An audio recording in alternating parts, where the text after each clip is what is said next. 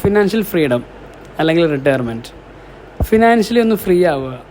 നമ്മുടെ ഇപ്പോഴത്തെ തിരക്കിൽ എന്തൊക്കെ മാറി നിന്ന് ജോലി തിരക്കെല്ലാം മാറി നമ്മുടെ കുടുംബത്തിനോടൊപ്പം കുറച്ചധികം സമയം സ്പെൻഡ് ചെയ്ത് എന്നാൽ പണത്തിനെ കൂടുതൽ ചിന്തിക്കാതെ ഒരു ലൈഫ് മുന്നോട്ട് പോവുക.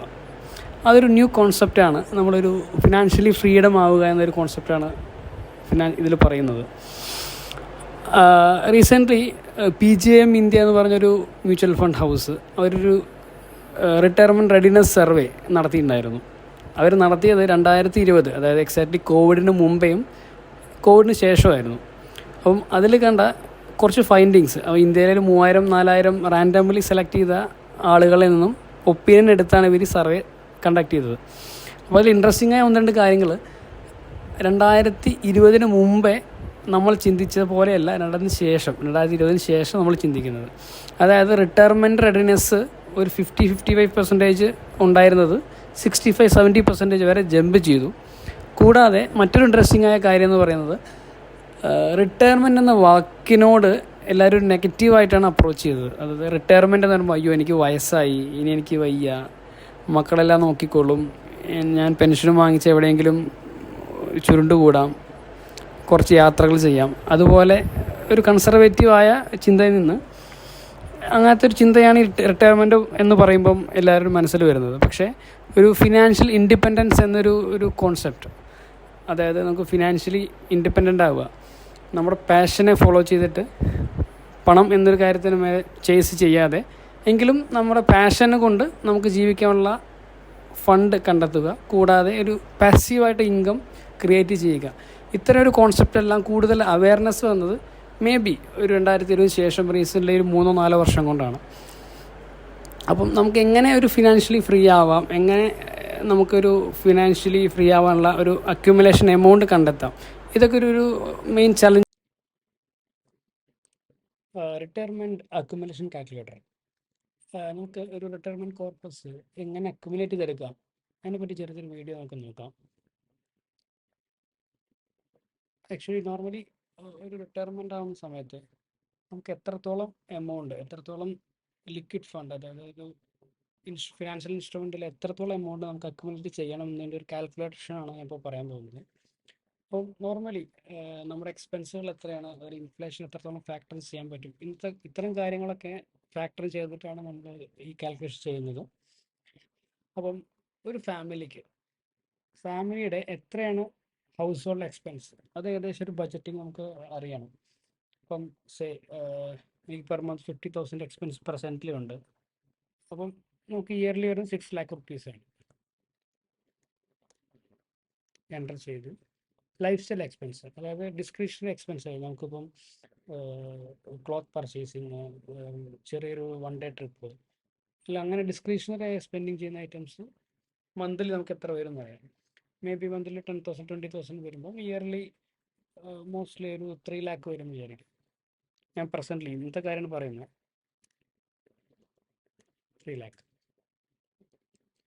അടുത്തത് ഇനി അതർ എക്സ്പെൻസസ്, നമ്മളിത് രണ്ടും അല്ലാതെ അഡീഷണൽ വരുന്ന വല്ല എക്സ്പെൻസുകൾ ഉണ്ടെങ്കിൽ അത് നമുക്ക് ജസ്റ്റ് മെൻഷൻ ചെയ്യാം. മേ ബി മന്ത്ലി ഒരു 10,000 rupees എക്സ്പെൻസ് വരുന്നുണ്ടെങ്കിൽ 10,000 into 12, 1,20,000. നമ്മളെപ്പോഴും റിട്ടയർമെൻറ്റ് കോർപ്പസ് ഒരു ഫാമിലി ആക്കിയാണ് കണക്കാക്കേണ്ടത്. കാരണം ഒരു ഫാമിലി എക്സ്പെൻസാണ് നമ്മളിവിടെ നോക്കുന്നത്. ഇപ്പോൾ ഹസ്ബൻഡിനും വൈഫിനും ഒരു ഫാമിലിക്ക് ടോട്ടൽ എത്രയാണ് എക്സ്പെൻസ്, ആ എക്സ്പെൻസ് കൂടെ എൻട്രി ചെയ്ത് കൊടുക്കുക. കൂടാതെ ഇനി അതർ എക്സ്പെൻസസ് മേ ബി ഒരു 5-10% എപ്പോഴും നമ്മൾ ഫാക്ടർ ചെയ്യണം. കാരണം എല്ലാ മാസവും അല്ലെങ്കിൽ എല്ലാ വർഷവും നമുക്ക് ഇതേപോലെ എക്സ്പെൻസ് വെച്ചുകൊണ്ട് നമുക്ക് പോകാൻ പറ്റില്ല. കാരണം ചില മാസങ്ങളിൽ ചില വർഷങ്ങളിലെ എക്സ്പെൻസ് വളരെ കൂടുതലായിരിക്കാം, പക്ഷേ നെക്സ്റ്റ് ഇയർ ചിലപ്പോൾ വളരെ കുറവായിരിക്കാം. കാരണം ഓൺ ആൻ ആവറേജ് ഇപ്പോൾ ഒരു കൺസർവേറ്റീവായിട്ട് നമുക്കൊരു 5-10%, ഒരു 10% എക്സ്ട്രാ എക്സ്പെൻസ് വരുന്നുണ്ടെങ്കിൽ വീണ്ടും ഒരു 1 lakh എക്സ്ട്രാ ഇത് എൻട്രി ചെയ്ത് കൊടുക്കാം.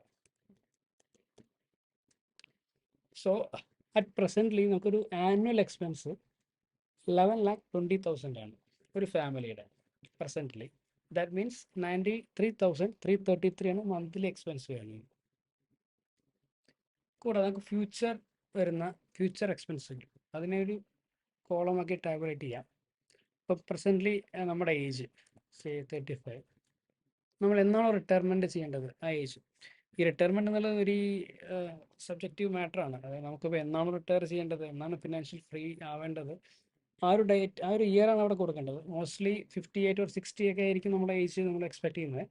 ബട്ട് ചിലവർക്ക് 50 ആയിരിക്കാം, മേ ബി 40 ആയിരിക്കാം, മേ ബി 70 ആയിരിക്കാം. Depends upon there family and their perception. ഇപ്പം നമുക്കൊരു കോമൺ ആയിട്ട് എല്ലാവരും 60 ആണല്ലോ ചെയ്യുന്നത്. ഒരു 60 ഇയേഴ്സിൽ റിട്ടയർമെൻറ്റ് ഏജ് കൊടുക്കാം. സോ ദാറ്റ് മീൻസ് 35 ഇയേഴ്സുള്ള ഒരാൾക്ക് റിമൈനിങ് 25 ഇയേഴ്സ് ഉണ്ട്. നമുക്ക് ഇൻഫ്ലേഷൻ പലപ്പോഴും നമ്മൾ ഒരു റിട്ടയർമെൻറ്റ് പ്ലാനിങ്ങോ അങ്ങനെ റിട്ടയർമെൻറ്റ് ഇൻസ്ട്രുമെൻറ്റ് നമ്മൾ ഇൻവെസ്റ്റ് ചെയ്യുമ്പോൾ ഇൻഫ്ലേഷൻ എന്ന ഫാക്ടർ പലപ്പോഴും നമ്മൾ നോക്കാറില്ല. അപ്പോൾ ഇൻഫ്ലേഷൻ ഒരു വലിയൊരു ഫാക്ടർ തന്നെയാണ്. കാരണം എവറി ഇയർ ഇന്ത്യയിൽ ആവറേജ് ഒരു 6 to 7% ഇൻഫ്ലേഷൻ വരുന്നുണ്ട്. അത് കമ്മോഡിറ്റീസിൻ്റെ പ്രൈസ് കോസ്റ്റ് കൂടുന്നുണ്ട്. അപ്പോൾ നമുക്കൊരു ലോങ് ടേം ഒരു ആവറേജ് 6% നമുക്ക് കാൽക്കുലേറ്റ് ചെയ്യാം. Drop in expense after retirement.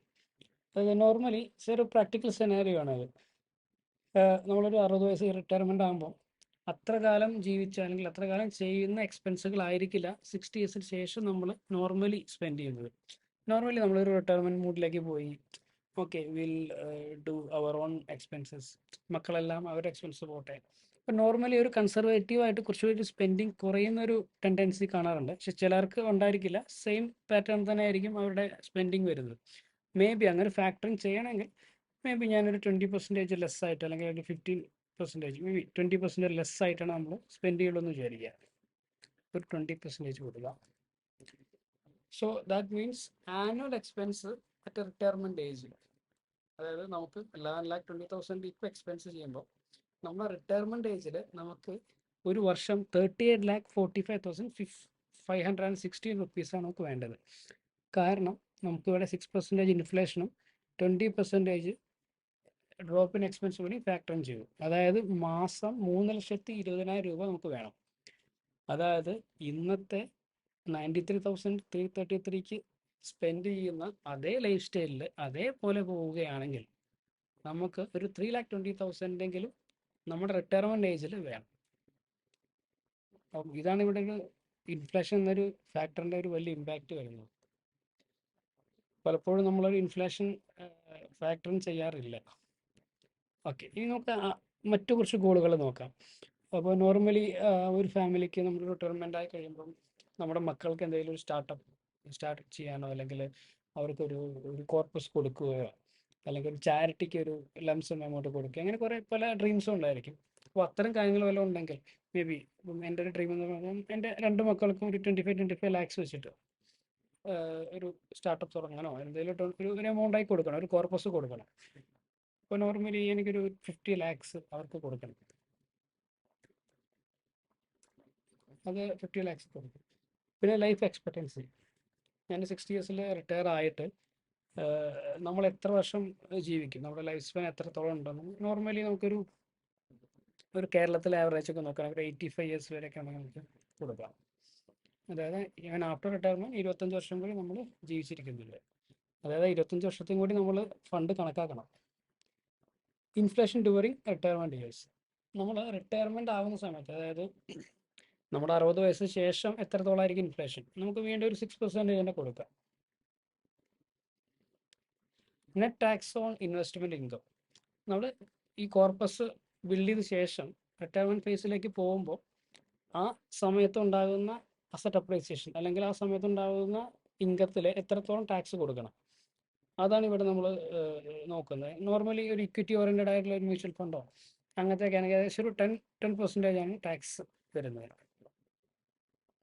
പിന്നെ weighted average return on retirement corpus, normally നമ്മൾ ഈ റിട്ടേൺ കോർപ്പസ് ഇൻവെസ്റ്റ് ചെയ്യുമല്ലോ.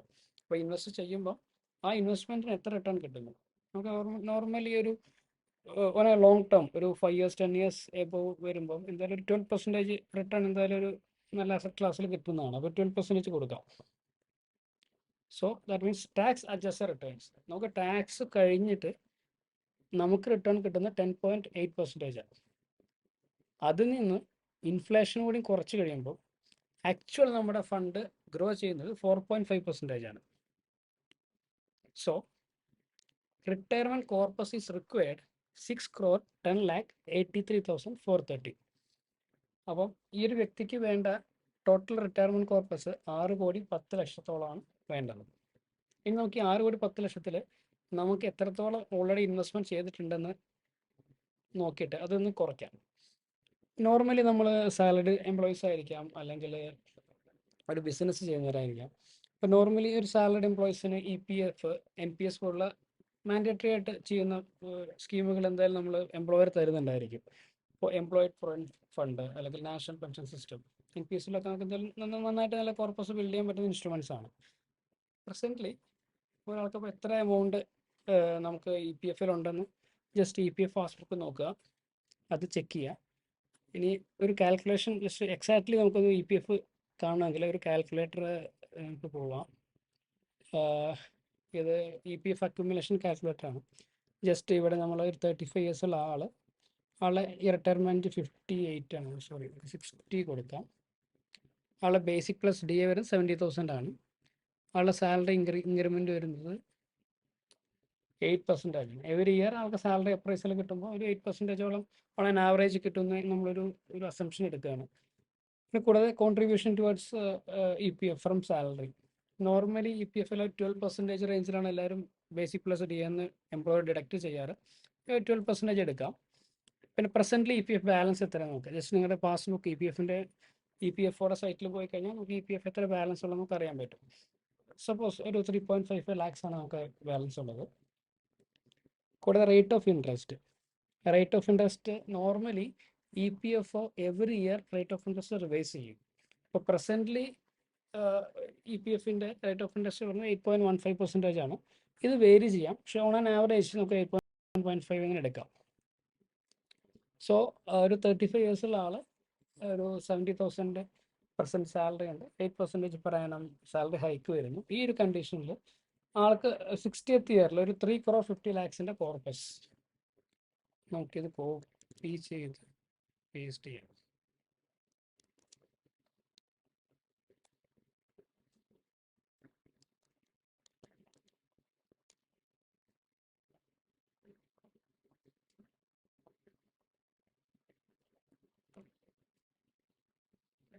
$3,50,00,000.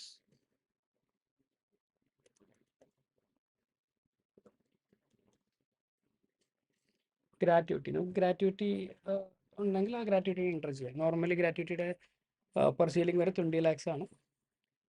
മേ ബി 20 lakhs നമുക്ക് എൻ്റർ ചെയ്യാം. അടുത്ത സൂപ്പർ ബെനിഫിറ്റ് വെച്ചാൽ എംപ്ലോയേഴ്സ് കൊടുക്കുന്ന ഒരു റിട്ടയർമെൻറ്റ് ബെനിഫിറ്റ് ആണ്. നോർമലി ഒരു 10 lakhs ഒക്കെയാണ് റേഞ്ച് വരുന്നത്. സോ നമുക്ക് റിട്ടയർമെൻറ്റിനായിട്ട് 3,80,00,000 ഓൾറെഡി നമ്മുടെ സേവിങ്സോ നമ്മുടെ EPF ബാലൻസ് അങ്ങനെയായിട്ട് ഓൾറെഡി നമുക്ക് ഉണ്ട്. ഇനി നമ്മുടെ അതർ അസറ്റ്സ് കൂടി ഇതിലൊക്കെ മാപ്പ് ചെയ്യാം. നമുക്കൊരു FDO അങ്ങനെ കാര്യങ്ങളൊക്കെ ഉണ്ടായിരിക്കും. ആ FDs നമുക്കിപ്പം എക്സ്ക്ലൂസീവ്ലി ഫോർ റിട്ടയർമെൻ്റ് ആണ് നമ്മൾ മാറ്റി വെച്ചിരിക്കുന്നത്. അങ്ങനെ ഉണ്ടെങ്കിൽ നമുക്കത് എൻ്റർ ചെയ്യാം. മേ ബി ഒരു 5 lakhs FD ഉണ്ടാവും, എൻ്റെ റിട്ടയർമെൻറ്റ് വേണ്ടി വെച്ചതാണ് വിചാരിക്കും. അപ്പോൾ അത് എൻ്റർ ചെയ്ത് കൊടുക്കാം. 5 lakhs. അടുത്തൊരു ഫാക്ടർ എന്താ, ഇൻഷുറൻസ് പോളിസീസ്. ഇപ്പം നമുക്ക് എല്ലാവർക്കും തന്നെ ഇൻഷുറൻസ് പോളിസി LIC ഒക്കെ ഉണ്ടായിരിക്കും അല്ലേ. നോർമലി ഒരു 10 വർഷം ഇൻവെസ്റ്റ് ചെയ്യുക, നിങ്ങളുടെ റിട്ടയർമെൻറ്റ് സേഫ് ആക്കാനായിട്ട് ഒരു 25th ഇയർ 30th ഇയറിൽ ഒരു ഹ്യൂജ് കോർപ്പസ് എടുക്കാം. അങ്ങനെ പലതരത്തിലുള്ള ഇൻഷുറൻസ് കമ്പനികൾ നമ്മൾ അപ്രോച്ച് ചെയ്യുകയും നമ്മളതിലൊക്കെ വാങ്ങിക്കുകയും ചെയ്യുന്നു. സോ പേഴ്സണലി ഇൻഷുറൻസ് പോളിസി എന്ന് പറയുന്നത് it's not a investment vehicle. ഒരു ഇൻവെസ്റ്റ്മെൻറ്റ് ചെയ്യാനുള്ള ഇൻസ്ട്രുമെൻ്റ് അല്ല ഇൻഷുറൻസ് പോളിസി. പക്ഷേ എനിവേ നമ്മളെന്തായാലും ഫോർ എ റിട്ടയർമെൻറ്റ് പ്ലാനിങ് എന്നൊക്കെ പറഞ്ഞ് പല പോളിസികളും വാങ്ങിച്ചിട്ടുണ്ടായിരിക്കും. അപ്പോൾ ആ പോളിസികൾ നോക്കിക്കഴിഞ്ഞാൽ ഏകദേശം എത്ര അതിൻ്റെ കോർപ്പസ് ഫൈനൽ വാല്യൂ എത്ര വരുന്നത് അതൊക്കെ ജസ്റ്റ് നമുക്ക് അറിയാൻ പറ്റും. അത് എൻ്റർ ചെയ്ത് കൊടുക്കാം. മേ ബി എനിക്കൊരു 25 lakhs റിട്ടയർമെൻറ്റ് കിട്ടും. പിന്നെ മ്യൂച്വൽ ഫണ്ട് നമുക്ക് നല്ല ഇൻവെസ്റ്റ്മെൻ്റ് ഉണ്ട്. ആ ഇൻവെസ്റ്റ്മെൻറ്റുകൾ എനിക്ക് എക്സ്ക്ലൂസീവ്ലി റിട്ടയർമെൻറ്റിന് വേണ്ടി മാറ്റി വെച്ച ഇൻവെസ്റ്റ്മെൻറ്റുകളാണെങ്കിൽ ആ ഇൻവെസ്റ്റ്മെൻറ്റ് പ്രസൻ്റ്ലി എനിക്കൊരു 15 lakhs mutual fund exclusively for my retirement or my financial freedom. So 45 lakhs നമുക്ക് അതർ ഇൻവെസ്റ്റ്മെൻറ്റ്സ് ഉണ്ട് which can be mapped to retirement. So actually നമ്മൾ 70% നമ്മൾ ഓൺ ട്രാക്കാണ്. അതായത് നമ്മൾ ഉദ്ദേശിച്ച 6,10,00,000 70% നമുക്ക് അച്ചീവ് ചെയ്യാനുള്ള എല്ലാ കാര്യങ്ങളും നമ്മൾ ഓൾറെഡി ചെയ്തു വെച്ചിട്ടുണ്ട്, അല്ലെങ്കിൽ ഓൾറെഡി നമുക്കുണ്ട്. ഈ റിമൈനിങ് വരുന്ന എമൗണ്ട് മാത്രമേ നമുക്ക് ആ ബ്രിഡ്ജ് ഗ്യാപ്പ് ഫില്ല് ചെയ്യേണ്ട ആവശ്യമുള്ളൂ. അപ്പം സ്റ്റാർട്ട് ഇൻവെസ്റ്റ്മെൻറ്റ് ഡെഫിസിറ്റ് എമൗണ്ട് പറഞ്ഞാൽ 1,85,00,000 ആ 1,85,00,000 നമുക്ക് എങ്ങനെ ആ ഒരു 25 ഇയേഴ്സ് കൊണ്ട് നമ്മുടെ 60ാമത്തെ വയസ്സെത്തുമ്പോൾ എങ്ങനെ നമുക്കത് അച്ചീവ് ചെയ്യാം, അതാണ് അടുത്ത ഫ്രഷായിട്ട് നമ്മൾ നോക്കുന്നത്. ഇപ്പോൾ start investment after number of years. എനിക്കിപ്പോൾ ഇന്ന് സ്റ്റാർട്ട് ചെയ്യണമെങ്കിൽ അല്ല, എനിക്കൊരു 2 വർഷം കഴിഞ്ഞ് സ്റ്റാർട്ട് ചെയ്താൽ മതി, അതിവിടെ എൻ്റർ ചെയ്ത് കൊടുക്കാം. അതിനെ ഇപ്പോൾ എൻ്റർ ചെയ്യുന്നില്ല. എക്സ്പെക്റ്റഡ് ഇൻവെസ്റ്റ്മെൻറ്റ് റിട്ടേൺസ്, നമുക്ക് എത്ര ഇൻവെസ്റ്റ്മെൻറ്റ് റിട്ടേൺസ് കിട്ടുന്നു, 12% നമുക്ക് കൊടുക്കാം. നോർമലി 12% ഒക്കെ ഇക്വിറ്റി മ്യൂച്വൽ ഫണ്ടിൽ കിട്ടുന്നതാണ് ലോങ് ടേമിലേക്ക്. സോ നമ്മുടെ കാൽക്കുലേഷനിൽ നമുക്ക് ആ ഒരു 1,85,00,000 ഗ്യാപ്പ് ഫില്ല് ചെയ്യാനായിട്ട് 2 ഓപ്ഷൻസ് ഉള്ളത്. ഒന്നെങ്കിൽ ഒരു 10,93,000 ലംസം ഇൻവെസ്റ്റ്മെൻ്റ് ആയിട്ട് മ്യൂച്വൽ ഫണ്ടിൽ ഒരു 12% ഇൻവെസ്റ്റ്മെൻറ്റ് റിട്ടേൺസ് കിട്ടുന്ന ഏതെങ്കിലും ഇൻസ്ട്രുമെൻറ്റിൽ ഇൻവെസ്റ്റ് ചെയ്യുക, അല്ലെങ്കിൽ 11,000 റുപ്പീസിൻ്റെ monthly SIP systematic investment plan അതൊരു നല്ലൊരു മ്യൂച്വൽ ഫണ്ടിൽ ഇൻവെസ്റ്റ് ചെയ്യുക. അപ്പം അതാണ് നമുക്ക് ഇതിന് ഫൈനലായി കിട്ടുന്ന ഒരു ഔട്ട്പുട്ട്. ഇതിൽ നമുക്കൊരു രസകരമായൊരു കാര്യം നോക്കാം. ഞാൻ സപ്പോസ് ഇമ്മീഡിയറ്റ്ലി അല്ല, എനിക്കൊരു 3 വർഷം കഴിഞ്ഞിട്ട് എനിക്ക് ഇൻവെസ്റ്റ്മെൻറ്റ് ചെയ്യാൻ പറ്റുള്ളൂ എന്ന് വിചാരിക്കുക, ഒരു ഡിലേഡ് ഇൻവെസ്റ്റ്മെൻറ്റ്. അപ്പോൾ അതിനൊരു 3 ഇയേഴ്സിന് ശേഷമേ ഇൻവെസ്റ്റ് ചെയ്യുന്നുള്ളൂ.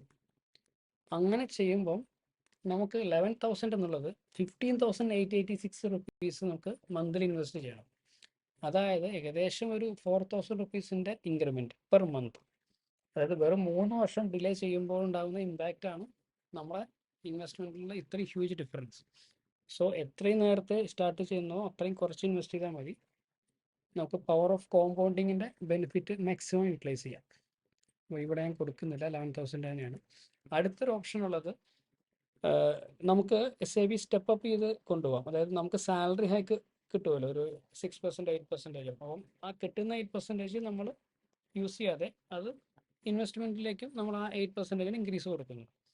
ഇപ്പോൾ സപ്പോസ് നമ്മളൊരു 8% തന്നെ ഇൻക്രീസ് പെർ ആനം കൊടുക്കുമ്പോൾ ജസ്റ്റ് 5,790 റുപ്പീസിൻ്റെ ഒരു SIP സ്റ്റാർട്ട് ചെയ്തിട്ട് എല്ലാ വർഷവും 10% ഇൻക്രീസ് ചെയ്ത് പോയി കഴിഞ്ഞാൽ 25 ഇയേഴ്സ് കൊണ്ട് നിങ്ങളുടെ 60ാമത്തെ വയസ്സിൽ നിങ്ങൾക്ക് 1,85,83,430 രൂപ കിട്ടും. So it's very small amount, anyone can start. So 5,700 may not be a big amount. So this is the calculation. So just plan before investing for your financial freedom. Thank you.